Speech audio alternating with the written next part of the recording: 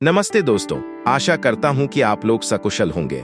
आज हम बालाजीपुरम की अद्भुत एवं पावन मंदिर की सैर करेंगे और आपके साथ अपना अनुभव साझा करेंगे। जो मंदिर बैतूल शहर से लगभग 6 किलोमीटर दूर बैतूल बाजार से राष्ट्रीय राजमार्ग संख्या 69 पर स्थित है।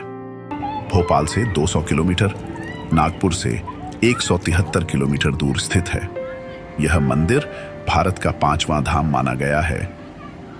बालाजीपुरम मंदिर का प्रवेश द्वार अपने विशेष आकर्षण से भक्तों और दर्शकों को आकर्षित करता है। यह द्वार सुंदर नक्काशी और अलंकार से सजा हुआ है, जो देखने वालों को अपने आकर्षण की ओर खींचता है। इस द्वार पर स्थापित भगवान बालाजी की मूर्ति और उनके आशीर्वाद का महत्व यह दर्शाता है कि यह स्थल सिर्फ एक भक्ति स्थल नहीं, बल्कि एक समृद्ध सांस्कृतिक विरासत भी है। मंदिर में स्थापित भगवान बालाजी की मूर्ति बहुत ही सुंदर और अद्भुत है। यह मूर्ति चतुर्भुज स्वरूप में है, जिसमें भगवान श्री विष्णु की झलक दिखाई देती है। भक्तजन इस मूर्ति के समक्ष जाकर अपने मन की बात कहते हैं और आशीर्वाद की प्राप्ति की आशा रखते हैं।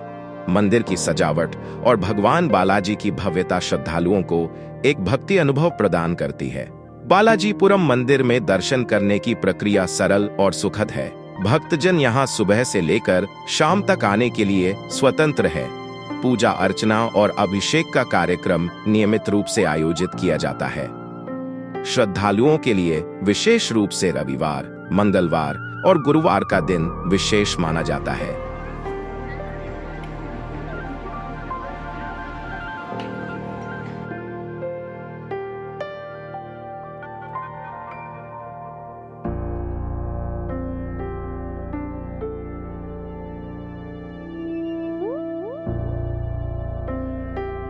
शेषनाग गुफा का स्थल अपने विशाल परिसर और शांत वातावरण के लिए प्रसिद्ध है, जो इस स्थल की धार्मिक और सांस्कृतिक विरासत को दर्शाता है। इस गुफा के अंदर प्रार्थना करते समय भक्तों को एक अलग ही अनुभव होता है, जहां उन्हें सुख और शांति प्राप्त होती है। भक्तों का विश्वास है कि यहाँ प्रार्थना करने से उनकी मनोकामनाएं पूरी होती हैं और उन्हें आशीर्वाद प्राप्त होता है, और लोग अपनी इच्छाएं लेकर यहाँ प्रार्थना करते हैं।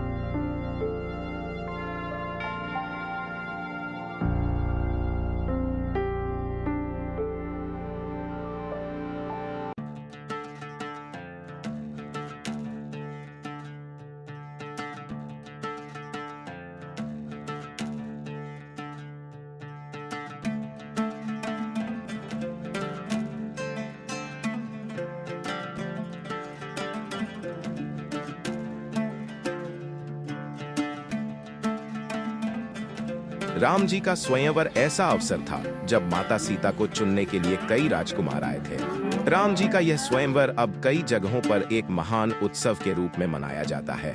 स्वयंवर की प्रक्रिया में सीता जी ने अपने पिता राजा जनक के आदेशानुसार धनुष उठाने और उसे तोड़ने की चुनौती दी थी। यह चुनौती केवल उसी व्यक्ति के लिए थी जो सच्चे हृदय से प्रेम करता था और जिसमें साहस की भावना थी।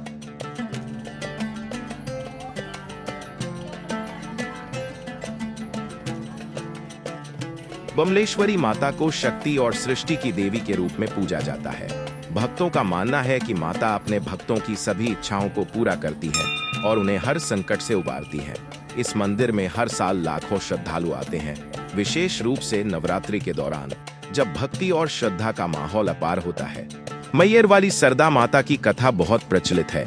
कहा जाता है कि मां ने अपने भक्तों को सुरक्षित रखने और उनके जीवन में सुख शांति लाने के लिए धरती पर अवतार लिया।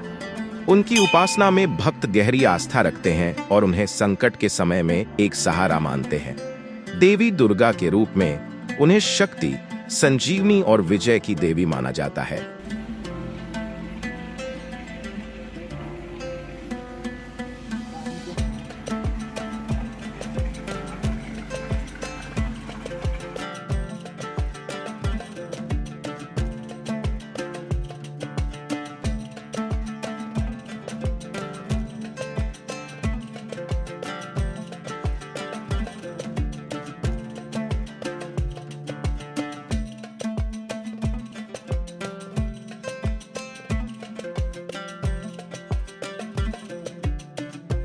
राम गुफा का नाम भगवान राम के उपासना से जुड़ा हुआ है। मान्यता है कि यहाँ भगवान राम ने अपने प्रवास के दौरान ध्यान और साधना की थी।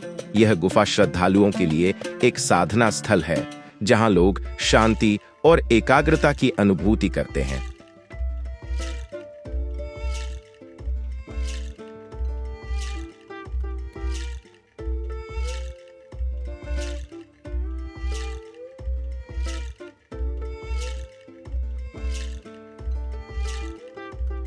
मंदिर के नियम के अनुसार माता वैष्णो देवी की फोटो या वीडियो लेने की अनुमति नहीं है और हम ऐसा कोई भी काम नहीं करना चाहते जो मंदिर परिसर में अनुमति पूर्वक ना हो।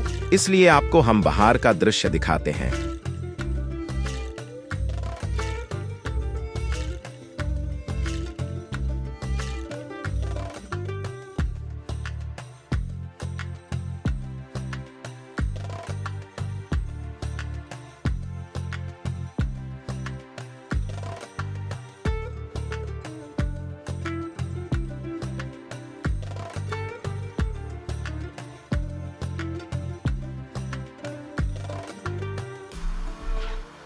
संतोषी माता भारतीय संस्कृति में एक प्रमुख देवी के रूप में प्रतिष्ठित है। उनका पूजा पाठ खासकर शुक्रवार के दिन बड़ी श्रद्धा के साथ किया जाता है। संतोषी माता की उपासना करने वाले भक्तों के मन में एक असीम खुशी और संतोष का अनुभव होता है।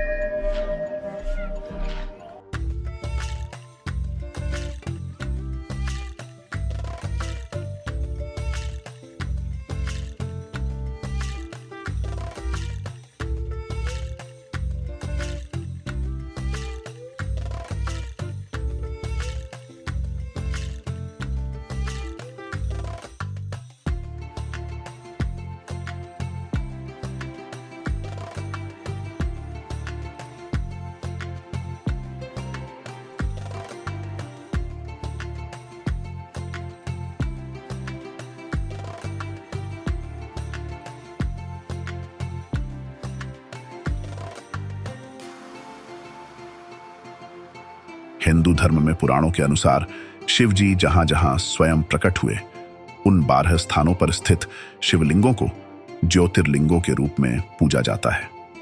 आंध्र प्रदेश प्रांत के कृष्णा जिले में कृष्णा नदी के तट पर श्रीशैल पर्वत पर श्री मल्लिकार्जुन अवस्थित हैं।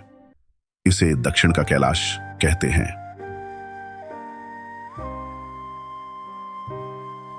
श्री महाकालेश्वर मध्य प्रदेश के मालवा क्षेत्र में क्षिप्रा नदी के तट पर पवित्र उज्जैन नगर में अवस्थित हैं। उज्जैन को प्राचीन काल में अवंतिकापुरी कहते थे। मालवा क्षेत्र में श्री एवंकारेश्वर स्थान नर्मदा नदी के बीच स्थित द्वीप पर है। वैद्यनाथ ज्योतिर्लिंग देवघर में भगवान शिव का बहुत ही पवित्र और भव्य मंदिर स्थित है। हर साल सावन के महीने में यहां श्रावण मेला लगता है, जिसमें लाखों श्रद्धालु बाबा भोलेनाथ के दर्शन के लिए आते हैं। यह ज्योतिर्लिंग झारखंड के देवघर में स्थित है। श्री भीमशंकर का स्थान नासिक से लगभग 120 मील दूर, मुंबई से पूर्व और पूना से उत्तर भीमा नदी के किनारे सह्याद्री पर्वत पर माना जाता है। और कुछ लोगों की कल्पना है कि सह्याद्री पर्वत के एक शिखर का नाम डाकिनी है। श्री रामेश्वर तीर्थ तमिलनाडु प्रांत के रामनाड जिले में है।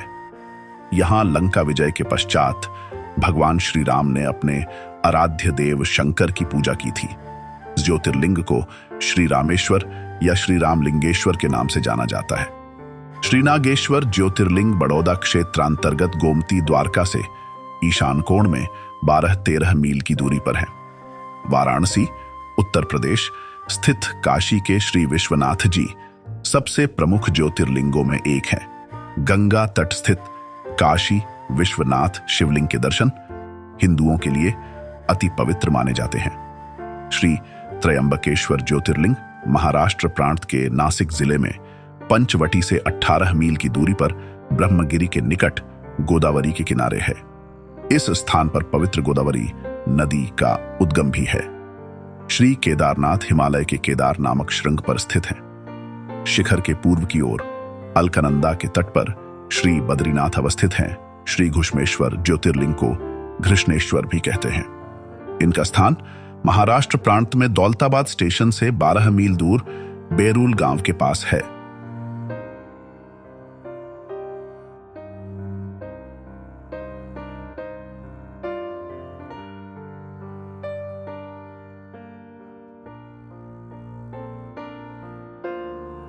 अब चलिए इसे यहीं समाप्त करते हैं। इस वीडियो को समाप्त करने से पहले आइए हम एक सकारात्मक सोच के साथ एक दूसरे को प्रोत्साहित करें। आपका जीवन आपके विचारों का परिणाम है। सकारात्मक सोचें, आगे बढ़ें और दूसरों को प्रेरणा दें। हर किसी को धन्यवाद और याद रहे, ज्ञान का कोई अंत नहीं होता, बस इसे फैलाते रहिए। हमसे जुड़े रहें। नमस्कार।